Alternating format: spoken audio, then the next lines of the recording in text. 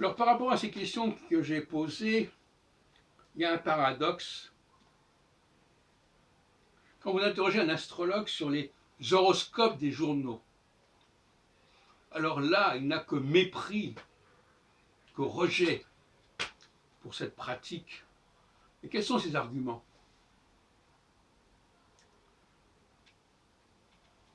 Et je dis ces arguments parce que c'est souvent à peu près la même chose qui est repris de l'un à l'autre.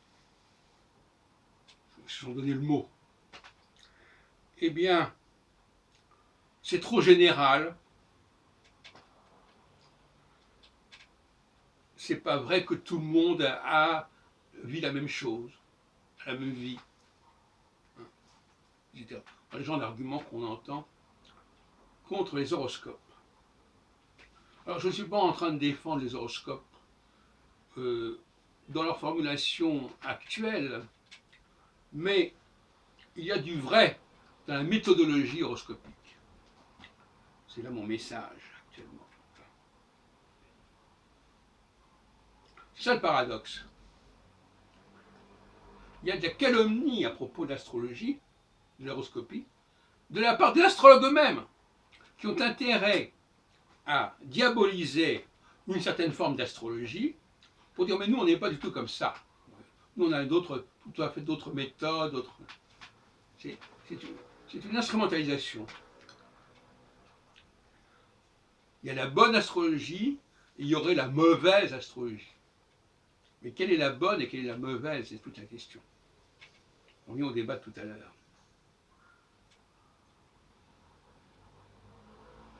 L'horoscopie, quand on regarde de près et calmement, c'est simple.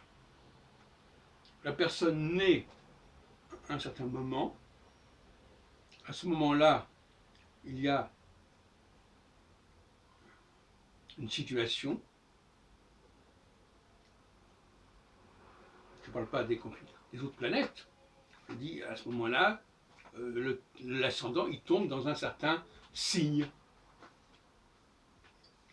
Sauf que, d'après les traditions qui me semblent pertinentes,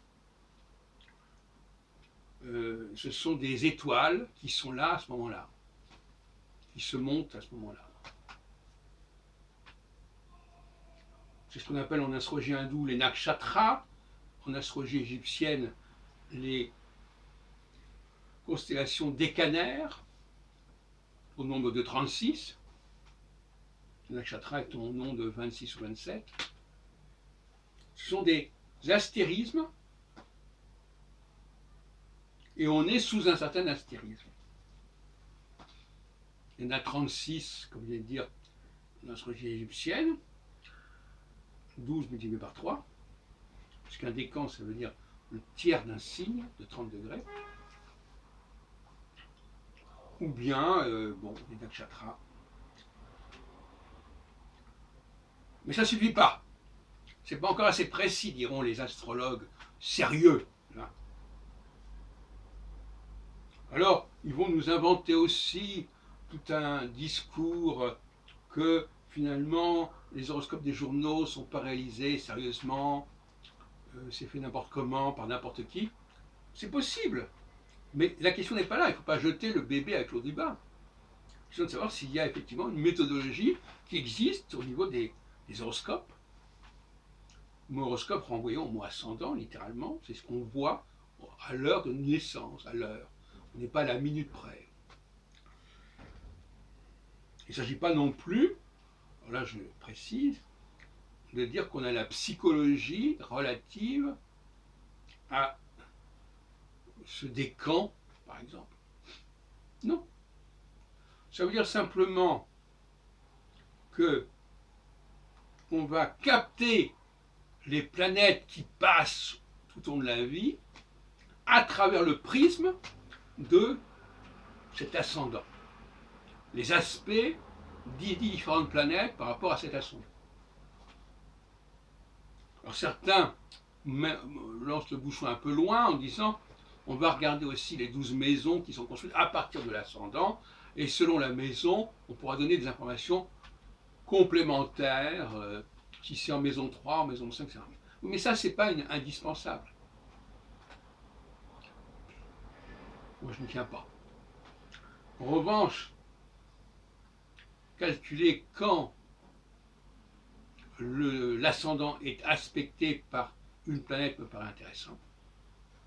Et même ça, je n'irai pas trop loin non plus.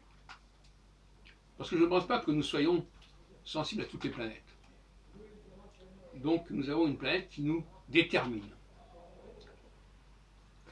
Une planète dominante, si on peut dire.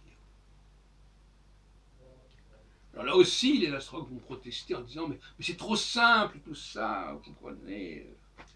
Mais il faut toujours en rajouter. Ils vont dire mais tout le monde n'a pas la même vie, tout le monde ne vit pas la même chose.